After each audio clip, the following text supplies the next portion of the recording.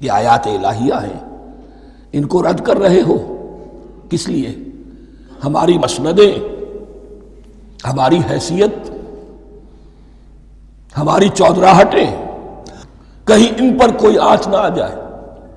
حقیر سی چیزیں، یہ صرف اس دنیا کا سامان، اس کے سوا کچھ نہیں۔ وَلَا تَشْتَرُوا بِآيَاتِي ثَمَنًا قَلِيلًا وَإِيَّايَ فَاتَّقُونِ، اور صرف مجھ سے تقوی اختیار کرو، میرا تقوی اختیار کرو۔ وَلَا تَلْبِسُوا الْحَقَّ بِالْبَاطِلِ وَتَكْتُمُوا الْحَقَّ وَأَنْتُمْ تَعْلَمُونَ، اور نہ گڈمڈ کرو حق کے ساتھ باطل کو، اور مت چھپاؤ حق کو، ذرا حالے کہ تم جانتے ہو۔ یہ بات اچھی طرح نوٹ کرنی ہے، جانتے بوجھتے کرنا، ایک ہے مغالطے میں کرنا، وہ ضلالت ہے، گمراہی ہے۔